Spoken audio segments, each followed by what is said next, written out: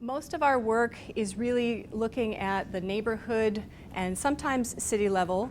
And as Victoria said, when I was a PhD student in environmental sciences and engineering, I found myself doing technical work in low middle income countries that I was very proud of, and looking around finding that it was having very little impact in terms of planning and policy.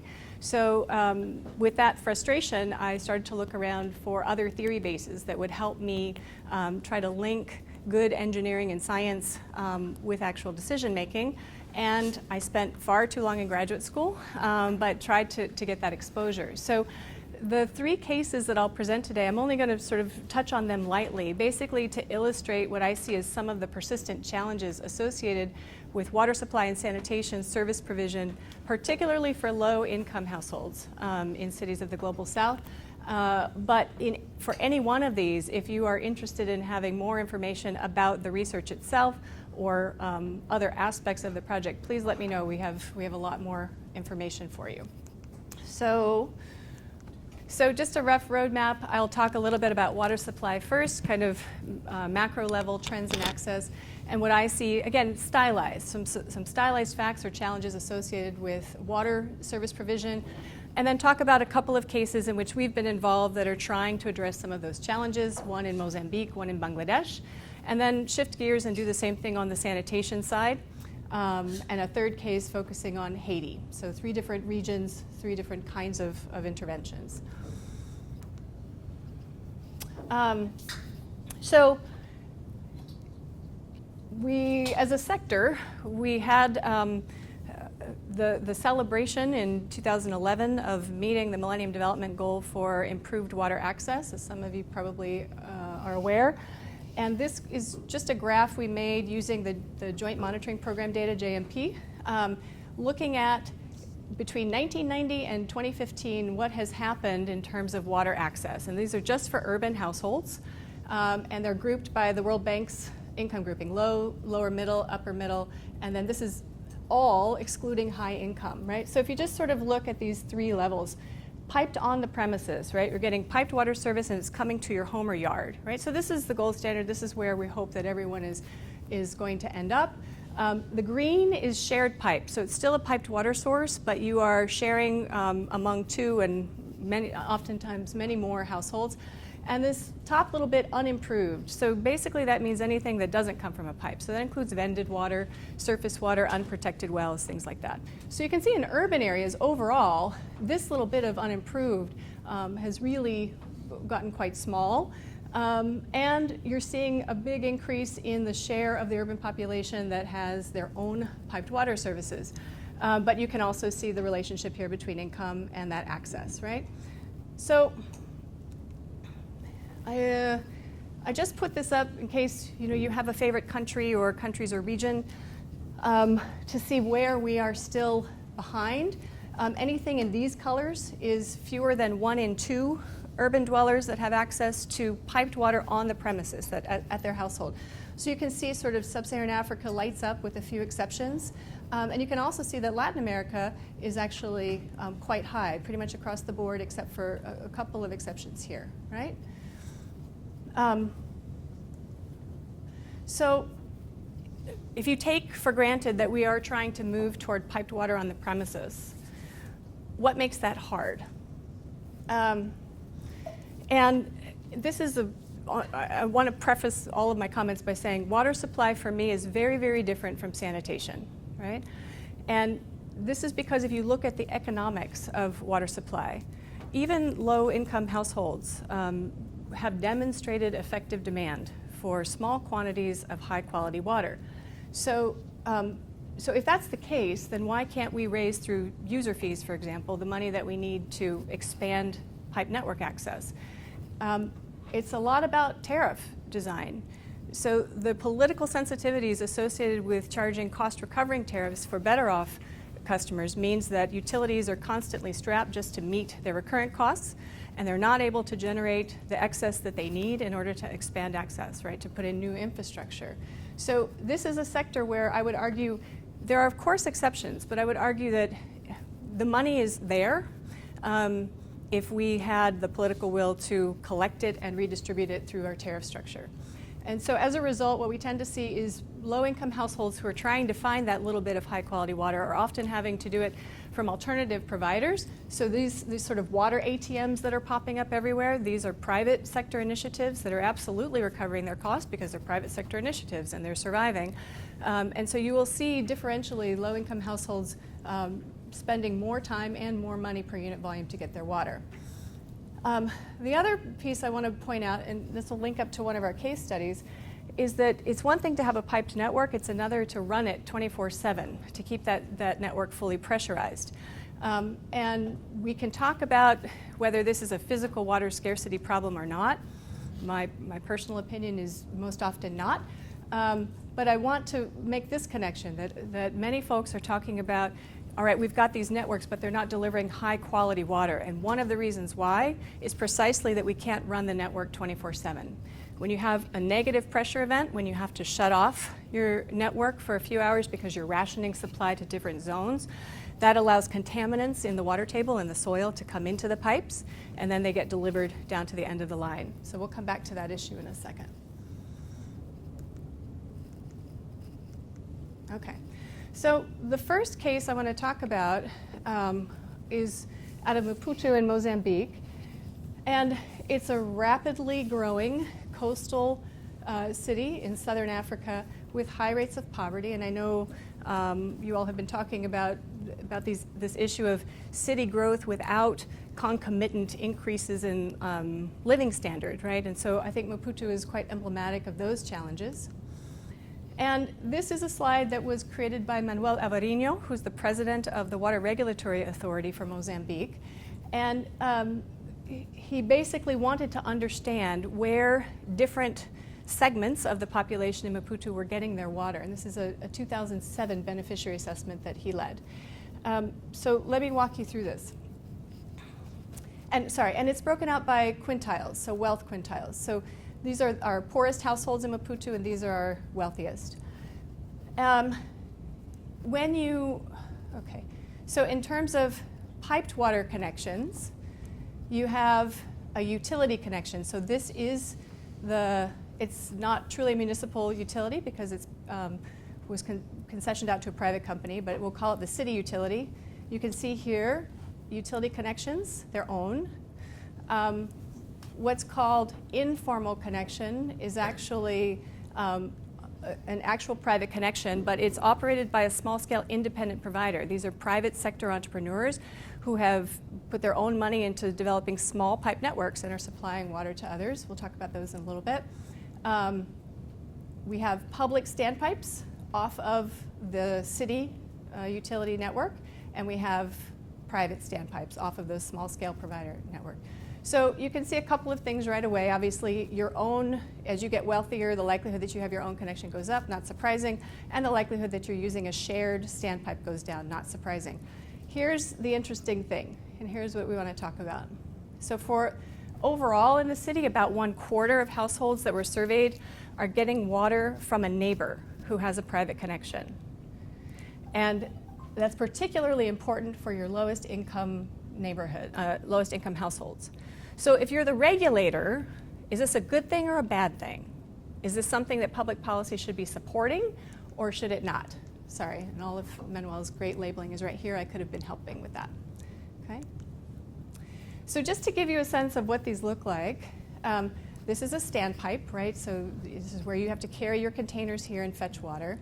And these are a couple of photos that Valentina Zuin has taken in her work on Resale in Maputo. So she has a lot of published research on this issue if you're interested. And this is one of those small-scale providers. So just think about the amount of capital that's represented here, right? So this is an entrepreneur sourcing groundwater, pumping into overhead tanks, and then actually building small networks to serve neighbors. So really stepping in where municipal government has not expanded their network. So what should we do about this from a public policy perspective? It is standpipes. It's these shared sources that is typically, historically, has been typically viewed as your pro-poor level of service, right? Because you can charge less, you can cross-subsidize from people with private connections, et cetera. But the reality is, from an epidemiological perspective, the transition from an unimproved source to a shared point source actually has very limited public health benefits. It's perhaps surprising, but that's what the evidence suggests. And this is because water is vulnerable. Even if it's delivered safe at the source, you have to get it home, you have to keep it in storage. I don't know about you, but my little kids, as soon as water comes near the house, the first thing they do, right, is stick their hands and every manner of object in there. So that's tough. And it's also the case that if your water is located at a distance, you're going to get less of it, right? 44 pounds for one 20-liter jerry can of water, plus the weight of the container. I'm going to personally make that trip as few times as necessary, right? And so when you have limited water, less personal hygiene, right, and higher rates of illness. So we don't have a lot of public health benefit from them. And these can be, if you're actually trying to take them seriously, they can be a financial liability for the utility because you have to staff them with an attendant. And that's often one of your highest costs associated with this level of service. To collect little bits of money from poor people, you have to pay a human being to stand there, right? So they often are a loss leader. So what about resale? In some contexts, it's explicitly illegal, right? It is not permitted. But it's much more common for it to have this ambiguous legal status. Nowhere does it say that you can do it, and nowhere does it say that you can't. We tried to look at this actually in some communities in the United States, and it was similarly ambiguous. Nobody sort of addressed it. So from Manuel Averiño's perspective, he wanted to understand if this was a solution for low-income households that he should be supporting, he should be trying to get rid of, he should be regulating. What should happen here? So Valentina Zuin led the work that we did on this in Maputo, and I'll just share a couple of results from this work with you. So if you're the regulator, you care about cost, and we want to look both at time and money cost. Yeah? So from the perspective of time, if you break down daily, right, average daily walking time and queue time, so the time you stand in line and the time it costs to fill your containers. So this was a study in 6 byros across Maputo with a total of about 1,200 respondents. You'll only get subsamples of the data in the slides I'm presenting, but you can certainly get the full story with this paper. You can see a big difference here between people who are using the public standpipes and the neighbor's tap. They're walking farther, right? And in particular, they're queuing a lot more. Yeah? It's minutes? Yes, sorry. Oh, thank you. Gosh, it's a lot, and I always tell my students, fully label your figure, so you just caught me on that, right? Thank you very much. That's right, so it's daily per person minutes of time on average every day. And you know, Valentina was very astute to point out that this, if you actually take this and think about it on an annual basis, she calls this 2 Februaries, right? 2 months of February. So it's literally, it would be like fetching for 56 days around the clock, or devoting your time for 56 days around the clock just to obtaining water for these guys. And about half of that over here. Okay. So clearly there's a time savings associated with the neighbor, which makes sense depending on the density of this public standpipes, right? So if there are a lot of them, you wouldn't see this big difference. We didn't see a lot of them in Maputo, at least a lot of operational ones. And on the money side, this was quite interesting here. This is US dollars per cubic meter, or 1,000 liters. So the utility is charging folks about $1 per cubic meter of water delivered to their home, right? Yard taps primarily. And you can see that both standpipes and the neighbor's tap are higher, but they're pretty comparable to one another. And I also just want to point out this number, $1.67. This is for households who also had their own yard tap, but that was being provided by one of those small-scale private providers that I mentioned, right? So you could sort of, I think it's fair to assume that this is at least a cost-recovering tariff, right? Because those small-scale providers are continuing to provide the service. And I would also just note for you that these numbers are high relative to what people are paying in other cities where we work, right? So one of the things that the water utility Maputo has done is been successful in slowly ratcheting up prices to approximate or to approach cost recovering. Okay, so we don't see a big disadvantage right here for encouraging or allowing resale, and we can see some advantage, right? Well, what about other features of the service? So Standpipes and Neighbors Tab. We'll just sort of eliminate private connections for the moment, but it compares in every way that you think, right? It's better, right? So you can just sort of take that off the table for now. When folks are asked about whether their service is reliable, does it come at predictable times, et cetera, significantly higher share for people using Standpipes than Neighbors Tab. Average hours of water supply per day where water is actually available in the pipe or with the neighbor, much higher Standpipes than Neighbors. And if you think about it, why, is this a feature of the service or is this a feature of the ambiguous legal status of the service? So at the time of this study, about 70% of households that were interviewed said that they believed that water resale was illegal. And if you found, as Valentina did, when it is that people are doing resale, it's between 3:30 a.m. and 6:30 a.m. Why is that? That's when the water utility staff are still asleep, right? So, they do shut down when they have word that there could be some sort of inspection or someone coming by. So I guess the point here is that you might imagine, or you could argue, that these numbers could equilibrate, right? Things could actually look a lot more similar if households felt like this was a legal practice in which they were entitled to engage. We're not sure. Water use is about the same, which we found to be very surprising given that reduction in time, right? If it's true, you would expect people to collect more water. It's still a puzzle we're trying to figure out. And I mentioned earlier that there are quality issues associated with a lot of supplies in city networks of the Global South. That's not so here. We actually found good quality water at the source, right? It doesn't deal with the storage problem, but at the source in the majority of both of the sets of Standpipes and Neighbors Taps that we sampled ourselves. And quality, let me be very clear, biological quality. So what we're looking for here is evidence of fecal contamination, and that's specifically what we're testing for. We're not testing for, let's say, chemical contaminants. Okay, yet, in multivariate regression, if you control for all these service characteristics, and you just ask folks overall, how satisfied do you think your family is with your water supply service? Folks who use the Standpipe are almost twice as likely to say we're satisfied than folks who use a neighbor's tap. And this was sort of a surprise, right? This was quite a surprise. And in some of the qualitative work that Valentina has done, I think that some of the issues are associated with feeling indebted to your neighbor, about feeling guilty in participating in what you perceive to be an illegal activity, right? There are some sort of psychosocial issues around getting water from your neighbor that I think are emerging here that we hadn't expected, but are probably worth considering, particularly if you're a regulator.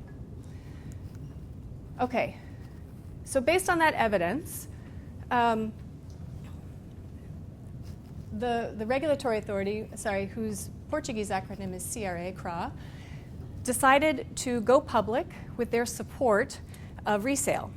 And they developed a public service announcement with a happy dancing water drop and said, did you know it's okay and you can get this from your neighbor? And they handed out leaflets and all of that. And in particular, the emphasis here is resale is okay if you have a legal metered connection. And I think this point can't be emphasized enough, that from the utilities perspective, of course, they wouldn't mind having more direct customers. You might worry that resale would suppress demand for new connections, right? But so long as your customers are paying for every cubic meter of water that they take from you, there aren't other strong objections that you could raise to resale, right?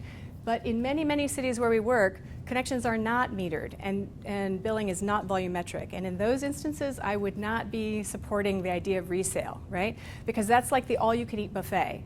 And I don't know how you guys do an all-you-can-eat buffet, but I have no self-control, right? So you can very quickly get into a financial predicament if you go with flat rate pricing, okay? And the other thing that was interesting was we had a lot of debates with the regulatory authority about what kinds of regulation CRAWs should be pursuing as they went ahead and supported resale. And there were proposals to have all resellers register, to set a price, all of that. But if we sort of looked at the data and said there's no evidence right now that would suggest heavy-handed regulation. It's been working all by itself, and in fact, shining some light on it and making it regularized, if anything, should move toward increasing competition, right? More folks will do it, more folks will do it in the open, and that would actually should be good for the consumer. It should lower prices, increase hours, et cetera. So we'll see what happens. The one other thing I just wanted to point out is tariff reform. So one of the most common tariffs, even today, tariff structures for water supply in cities around the world is the increasing block tariff, right? So just like energy, you are charged more and more per unit volume that you use, the more you use. So if I'm a 10 cubic meter per month kind of person, I pay 50 cents per cubic meter. If I'm a 40 meter per cubic household, I pay 80 cents per cubic meter. And if you think about where a reseller is going to end up, right, they're going to end up in the top block because they're supplying not just their households but their neighbors. So one of the reasons that those prices are higher, right, for resale is because literally those customers are paying more when they get their water bill than someone who just has one household to support. So there's been some discussion around reforming that increasing block tariff so that resellers aren't penalized. And I would just mention that this is true even if you're not talking about resale. I'm sure all of you have worked in cities where low-income households share their connections, right? And they have larger families besides. So what we tend to find is low-income households actually are the ones that get pushed up into the upper blocks of an increasing block tariff structure, not the wealthy. Okay, so I mentioned that Maputo has relatively high water quality, at least in the water points that we sampled. I also mentioned that it's the exception, not the rule, at least in places where we work. So I want to shift gears now and talk a little bit about Dhaka, Bangladesh. It has the distinction of trading back and forth with Damascus about the least livable and the second least livable city on the planet. So that's saying a lot. And I think it's important when you look at some of those access statistics that I mentioned to you. Dhaka is a great example of a place where almost everybody would be classified as having access to improved water supply, right? That is a piped network that's operated by the utility. And the utility is primarily sourcing groundwater for that supply. We'll come back to that in a little bit. But they are, just like Maputo, they have intermittent supply. In Dhaka, they have a central water treatment plant, and they filter and chlorinate that water before sending it out into the network. So they're doing everything right at the central level, but by the time it reaches the end of the line, for the reasons we've discussed, you've got high rates of contamination and again, biological contamination with indicators of fecal pathogens. So I want to, okay. So I'm borrowing this slide from Jan Willem Rosenboom of the Gates Foundation. And I just want to pause for a minute and talk about, I have a question about the biological contamination. Sure. Is it from end of the pipe contamination, or is it things leaking into the distribution network?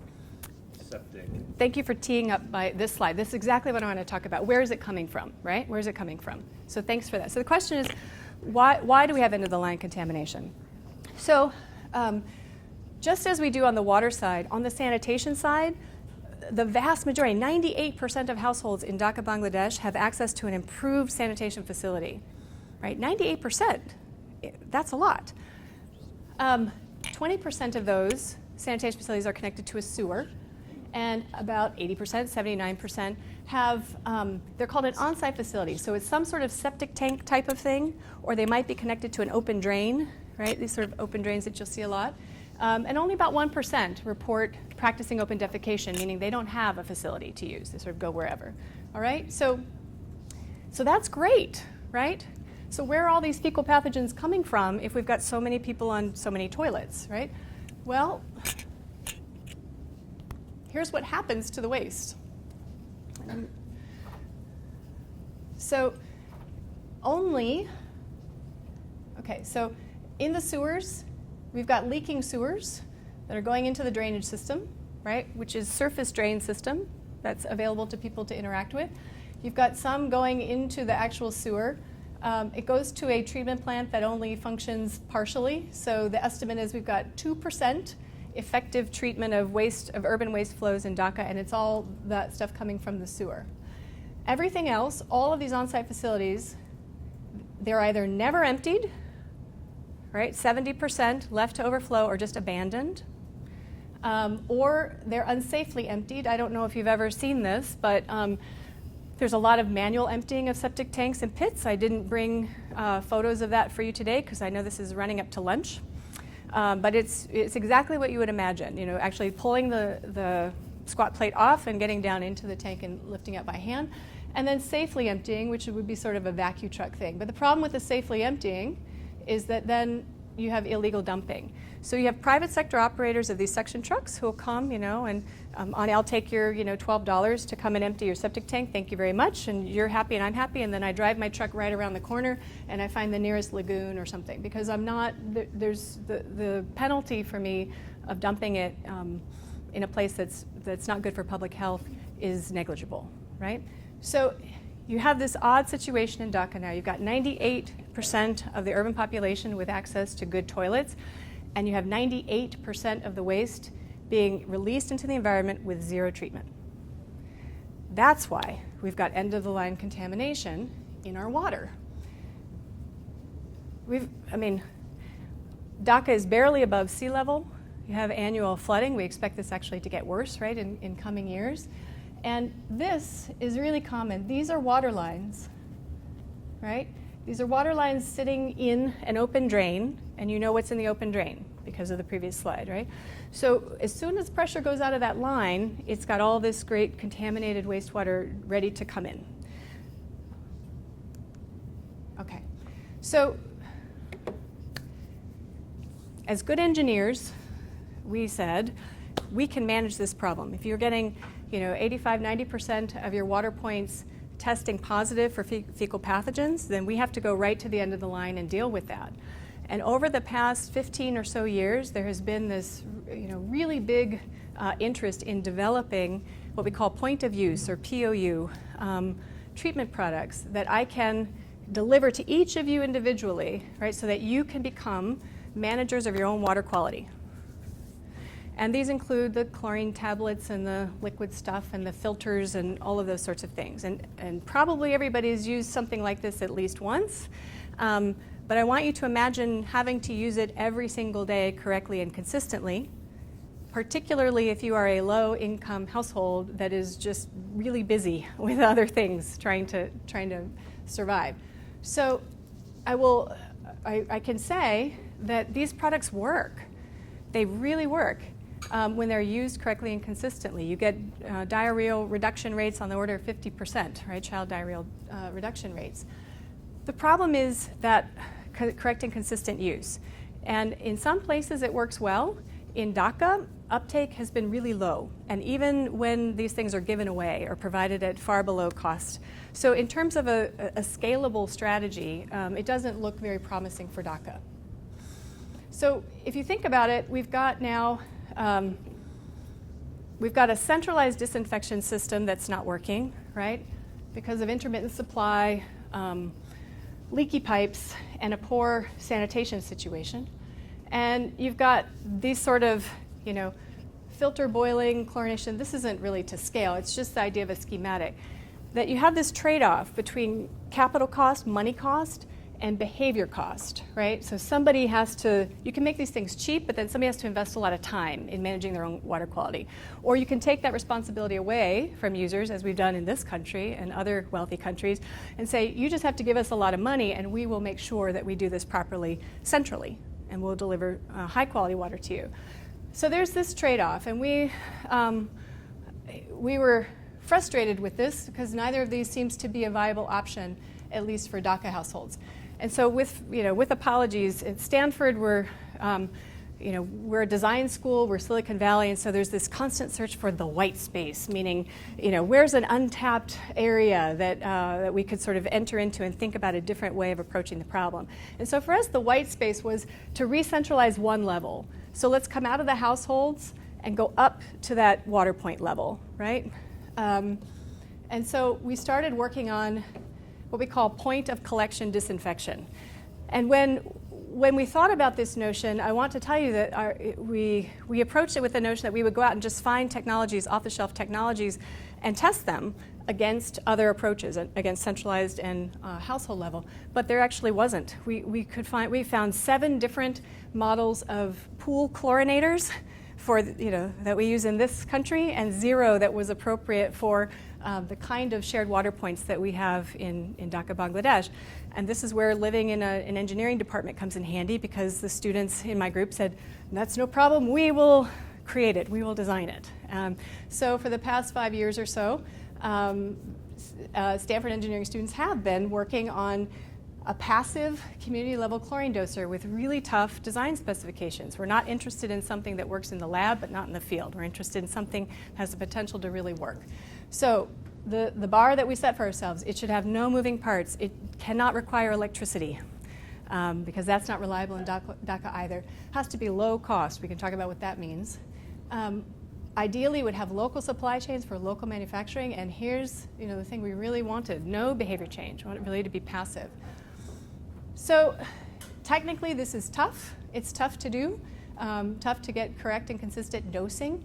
And this is a picture of our device. It's kind of hard to see. It's in that white box at the back there, right? But basically, this mother is collecting water that is receiving a shot of chlorine that's coming out of a reservoir here as she pumps the water and it goes into her bucket. So it works technically, but who's going to buy it? Who's going to pay for it? And this, I think, is the advantage maybe of, as Victoria referenced, of my spending too long in graduate school. Because we have a high demand for reliable water supply, but a demonstrably low demand for water treatment products in Dhaka. So is that just because of behavior change, or is there something else going on? So we thought about different possibilities, and in Dhaka you have a particular situation with respect to low-income households. A high proportion of them are renters. So we thought, and there's the hypothesis, would landlords perceive some potential for a competitive advantage in a very dynamic rental market if they could say that the water point in this compound, or my 5 compounds, is delivering high quality water versus the compound down the road? And if so, would we be able to target that landlord as a customer where we could not sell the device but lease the device, right? So I'm going to come in and say, we're going to put this on your hand pump. I'm going to have a technician come and refill it and also maintain your hand pump for you, and you can use that to attract the kinds of tenants you want, or maybe even to increase your rents a little bit. And so currently we have a study going on that's testing this hypothesis, in which we've auctioned off these leases, these service packages, to 45 landlords in Dhaka slums, and it's going okay. I would say that our preliminary findings are suggesting willingness to pay that would cover about 65 or 70% of the cost of delivering the service at a scale of 1,000 installed units. So that's not enough to run a business on, but it might be an interesting proof of concept evidence to think about where to go from there. So let me just conclude with a couple of points here about how this fits into sort of governance, urban governance and planning. This is a very private sector model, right? It's trying to identify entrepreneurial opportunities for people to respond to hopefully a felt need for higher quality water among the urban poor. Why not think instead about trying to convince government that the centralized approach to disinfection is not effective, and instead they should be requiring these sort of end-of-the-line technologies to ensure access to high-quality water by consumers. I think that's a fair argument, and it's something that we've certainly explored. Most of the folks that we've spoken with in the public utility, Dhaka are very sympathetic to the notion that because of intermittent supply and because of inadequate maintenance, because they're underfunded, the quality of water that ultimately reaches the consumer is not what they'd like it to be. But that's about as far as that conversation has gone. So I just want you to realize that we're trying to think too about alternative scaling models, but at the moment this one seems to be the most promising. Okay, let's shift gears a little bit and talk about sanitation. I'm running a little slow, so I'll see if I can pick it up a little. This is a really different situation. The data that I'm showing you, the data that I showed you about water reflected the kind of water point that a household accessed, right? So if it came out of a pipe, by and large, it's a good thing. Similarly, these data are focusing on just the toilet facility, right? So the toilet facility that households have access to. This MDG target was not met. In fact, it was missed by 700 billion people. So there's much globally. So we have a much greater distance to go here. The levels of service, open defecation in red, other unimproved, I'll talk about that in a second, a shared improved toilet and a private toilet. An improved toilet basically means that you have a concrete slab and you have some sort of substructure, that is the engineered part under the ground, that should contain waste. Okay, should contain waste. An unimproved toilet is one that either has an earthen surface, right, so it might collapse, etc., or the substructure is not built in a way that we would expect it to contain waste. So I'll just remind you, though, based on those definitions, we have 98% of households in Bangladesh that have access to an improved toilet by our historical definitions. But I hope I've argued successfully that actually the waste containment assumption isn't one that's really borne out. Yes, honey. Maybe you're going to say this, Jenna. That's okay. I think I've seen this diagram before, and like you showed 2 slides back, it's very misleading. The 2% of waste is actually getting treated. So I'm hoping you're going to talk about that. Absolutely. So it's actually sort of the point I was making that, you know, in the water quality, in the water access data, it says nothing about the quality of water that's coming out of the pipe, right? Similarly, in the sanitation data, it says nothing about the ultimate fate of the waste, right? So it just, excuse my French, but it's just about butts on toilets, right? That's all we count here. And so if you look at the sort of total here, excluding high income, still in 2015, again, urban households only, we've got about 70 million folks who actually self-identify as having no sanitation facility whatsoever, and about 700 million who are still in the sort of unimproved or shared category. Okay, and as Ani pointed out, and we will definitely come back to, we have no idea how much of the poop is actually getting safely managed, even in the, quote, improved toilets, okay? But the suspicion is not that much.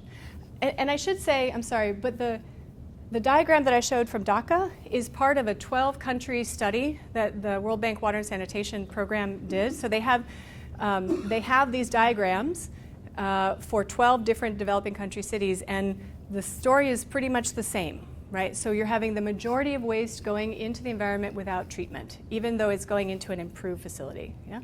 Okay, so again, just your global shot. I'll just give you a second to find your region or country.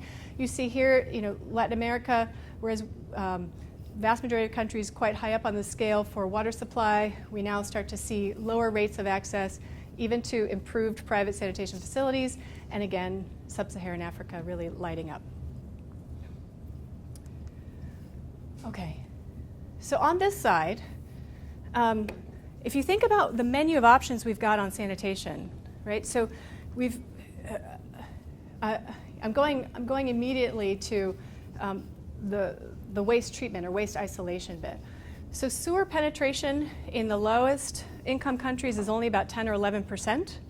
I don't think it's going to get much higher in the foreseeable future. Why? It's costly. You have to have water, right? So we just talked about the intermittent water supply problem, right? So you have to have a lot of water, and particularly in low-income areas, you're not going to have the water requirement. And also the political sensitivities, right? Decision makers don't want to put in long-lived assets like sewers in places where they are trying to discourage settlement, right? So the sort of uncertain tenancy or tenure situation can really make this a problem for decision makers. On the other hand, if you go to the other side, we've got pit latrines and toilets with septic tanks. And now think about this from a low-income household perspective. Those are certainly less expensive for society overall to put in that kind of facility, but virtually all of that cost is on the user, him or herself. And so the household has to come up with a lot of money all at once to make a pretty major capital investment, right? Lumpy costs associated with these on-site facilities. Moreover, as I mentioned for Dhaka at least, a lot of low-income households are renters. I rent the house that I live in right now, and there's absolutely no way I'm going to replace a toilet or make some other major capital investment that will be a gift to my landlord when I move out. And space. Particularly in the lowest income areas of the city, you cannot imagine actually increasing coverage to individual level toilets without getting rid of a lot of people, a lot of households. Okay? And the last thing I'll point out here, low demand for waste treatment. The easy part is actually the toilet. This goes back to Ani's perspective. If you think about the benefits of a water supply improvement to a low-income household, mostly they accrue to the household, right? You save time, you don't have to go out, fetching water, you don't have to stand in line, etc. You might be able to increase your water use, right? Most of those benefits are private. For sanitation, that's not the case, right? So if Ani is the first household on his block, like if we are a block, and Ani's the first household to install an improved toilet amongst all of us, he's basically given us a gift, right? Because he's containing the waste from his household and not exposing our households to it. So huge externalities associated with sanitation investments that we really don't see on the water side. And that's particularly true if you're talking about isolation, transport, and treatment of that waste. And I'll just point out that this is not a developing country thing. This is a human thing. In the United States, we did not, until the 1970s, sort of make a national effort to really deal with our wastewater treatment, our lack of wastewater treatment, right, through the Clean Water Act and associated legislation. So this is something that societies all across the globe wait as long as they can, right, to finance, because the benefits aren't immediate and they're not perceptible often to those users. Okay, so now, Ani, finally, I'm coming to your point. It is absolutely the case that we've done the out-of-sight, out-of-mind thing. We focused on toilets and we haven't focused on waste management. And this is a very hard number to get a hold of, but most published research has something like 80, 85, even 90% of urban wastewater flows in developing countries are discharged without treatment to the environment. Okay? And you can imagine that this is going to have greater and greater public health consequences with the unprecedented rates of city growth that we're seeing, particularly in sub-Saharan Africa, and for coastal cities, right, climate change. So all of those pit latrines, all those septic tanks that aren't, all those open drains are going to be awash in more precipitation that's going to lead to greater rates of exposure. And I'll just mention that I participated in a working group that helped to make recommendations for the Sustainable Development Goals, the sort of new Millennium Development Goals. And one thing we fought very hard for was precisely this, that consideration of the fate of the waste be made part of the global monitoring process and the designation of whether or not a household has access to improved sanitation or not. So it's not enough now just to have a nice toilet to sit on. We have to figure out where that waste is going to go. Okay? It's not easy, but it's important. So my third little case here, again, really focused on the urban poor, is this container-based sanitation model that we've been working on a bit. So if you think about all the reasons why it's hard to serve low-income households with good sanitation, even the on-site type with pit latrines and septic tanks, we thought about that and said, okay, well, what else could we possibly do? So here's here's one idea to think about.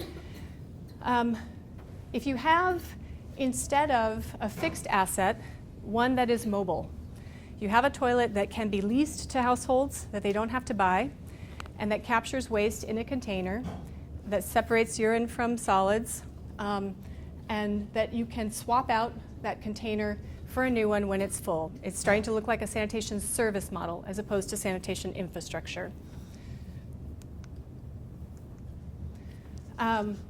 So if you go back to this point, these points that I made before, the first costs are a lot lower, you need a lot less water, and political challenges are much lower. An elected official that we worked with in the Haiti context said, I can't afford, politically, I can't afford to do anything about sanitation in that community, but as a person with a conscience, I can't afford not to do anything about sanitation in that community. So that decision maker saw this as perhaps an interesting compromise that could move them forward. So you need a lot less space. I'll show you photos in a second. There are no lumpy costs. It's just a service, fee-for-service thing. Renters, good for them. You can actually, pick up and redeploy as needed, et cetera. And the low demand for waste treatment, I'll just spend very little time on this. One of the issues associated with waste treatment is that we add water to waste when we move it through sewers, right? And we spend most of our time getting the water back out at the other end, right? Water is really great for moving waste away from Central City out to some treatment plant, but once it's at the treatment plant, it's actually a problem. So we spend a lot of time dewatering, getting water back out of the waste before we can actually deal with the waste itself. So in this instance, we have low water use and we're separating liquids from solids. So if you want to do something like recover resources from your waste, nitrogen, phosphorus, organic material, this would enable it. Okay, very quickly. We worked with a terrific NGO called Soil, based in Cap-Haïtien, Haiti, on a pilot of this model a couple of years back. And the two communities within Cap-Haïtien are shown here. No roads, no sewers, limited pipe water access, very irregular layout. And Soil had been working in this community in Shada for several years, running very successful and very nice, public toilets, but running them on a charity basis, free access. So I assumed that of all of the cases, this would be the one that you may have not heard about. So I'll just run through a few photos. A lot of user-centric toilet design, trying to keep it low cost, but have it be aspirational. The aspirational part of this toilet, right there. We were really surprised that folks were, walk down to Home Depot and get that very traditional white, squashy toilet seat that we all take for granted. That's what made this toilet cool and aspirational, and not just a bucket latrine. Very interesting. Okay, so we did that. That's the final, this is the cover material that you need for a system like this. I can talk more about any of this that you're interested in. And there's toilet delivery, right? So think about the space constraints. People are going down alleyways, taking their toilets to their homes. They're fitting them into really small spaces just fine. This is the collection service. So it's literally a 5-gallon paint bucket that's inside that toilet. And it's swapped out by a technician for a clean bucket twice per week. And then those get loaded up onto, in this case, a little 3-wheeler. I never volunteered to drive that, but they're all sealed, and off they go to a processing facility. And in this case, the NGO Soil does make compost from the waste material, and they do sell it, and there is a market for it. I want to be really clear that I don't think we should be interested in this type of sanitation approach only if you can fully recover costs from users plus the sale of resources. I think philosophically I'm not in tune with that, but if you can and there's a market for those products, then great. A quick punchline, and there are a couple of open access papers that came out of this. I've included the references for those interested, is that with this little intervention at a pilot scale, we were able to increase the share of feces that were produced by our treatment cohort, the households that got these toilets, from about half to close to 85% in this 3-month period, right? So that just means we're taking that much more feces out of circulation in the environment. And that's sort of the point from a public health perspective. That's what sanitation is all about. And I didn't talk at all about study design, but we have a couple of comparison communities, one within the same Shada community and another at Aviacion down the road, and essentially they're flat, right? So people use them, and from a public health perspective, is 85% enough? We don't really know, but it's better than 46%. And the other thing I just want to say is that we didn't just rely on what people told us that they use these toilets. Sanitation is one of those things that's really hard to talk about. It's really hard to have a survey question or a series of survey questions about sanitation and expect that you're going to get good data. So we measured the poop. We actually weighed every container going in, coming out, netted out the cover material, et cetera.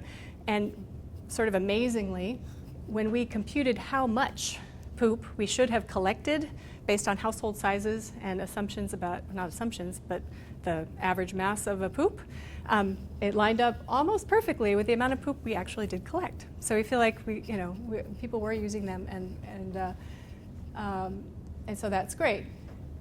We asked a lot of questions about psychological associations with this toilet, as well as just general satisfaction questions. I'll just share this one with you. Overall, how satisfied are members of your household with your current sanitation situation? These are our households that got the toilets. Started out at about 32%, went up to 87%. These are households in the same community, and these are households in the community down the road. So people also said that they liked them. Again, if you're an economist, you know that if you give people stuff, they're going to tell you that they like it, right? So maybe these data aren't terribly compelling for you, and they weren't for me either. What was compelling is the fact that at the end of the pilot, we had 71% of the households, actually 9 months after the pilot, 71% of the households that started out in that treatment cohort that got these free toilets for 3 months had converted to paying customers. So that NGO Soil has taken over this service. They call it Ikolakai, and they are collecting monthly payments from those households, and the collection efficiency rates are good. They don't fully cover the costs between the user fees and the revenue from the compost, but they're actually quite close. And so those data speak to me that actually if this were a lousy toilet or a lousy service, you wouldn't have households being willing to pay for it, particularly when they've got high quality public toilets in the same community. I talked a little bit about costs. I think a really important question for governance is who should pay.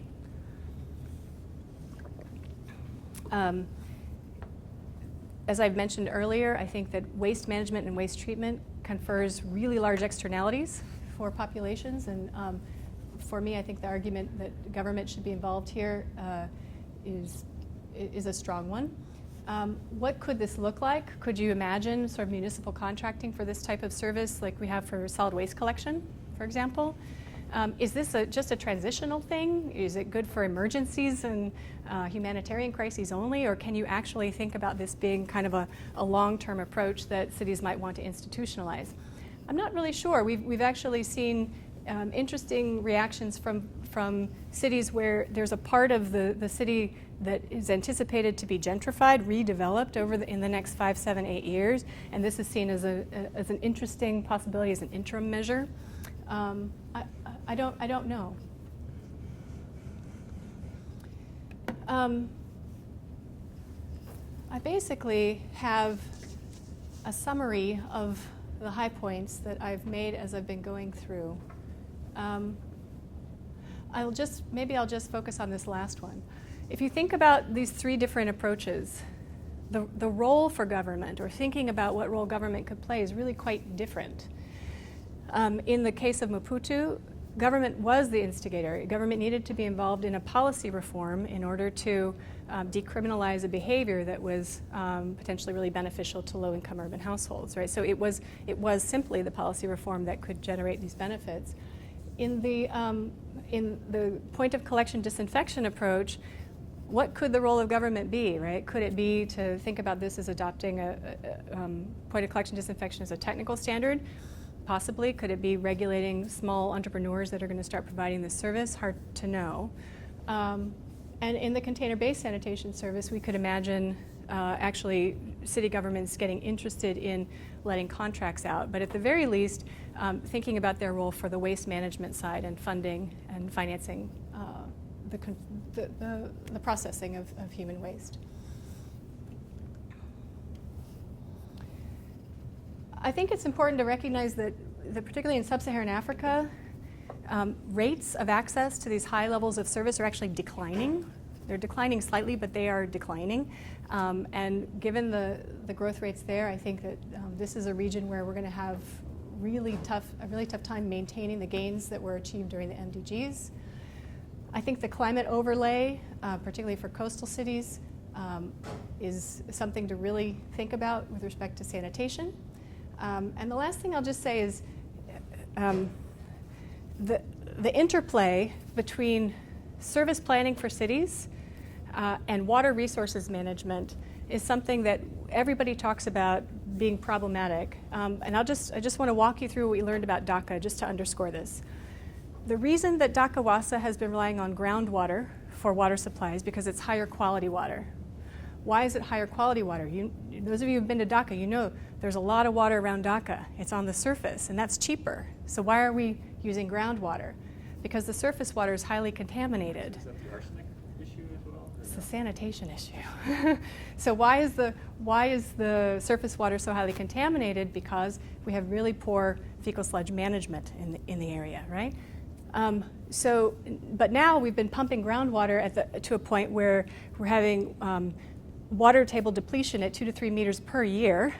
And so the water resources folks are saying we've got saline intrusion, we've got subsidence, so we're going to have to transition back to surface water for utility supply going forward.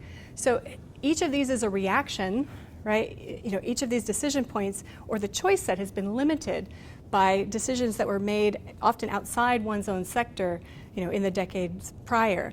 So a little bit more attention to this sort of integrated thinking between water resources management, water and sanitation and wastewater management is going to be really critical for places like Dhaka going forward. All right.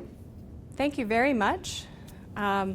We get a lot of great support from different folks for all of this work, and I'm happy to answer any questions you might have.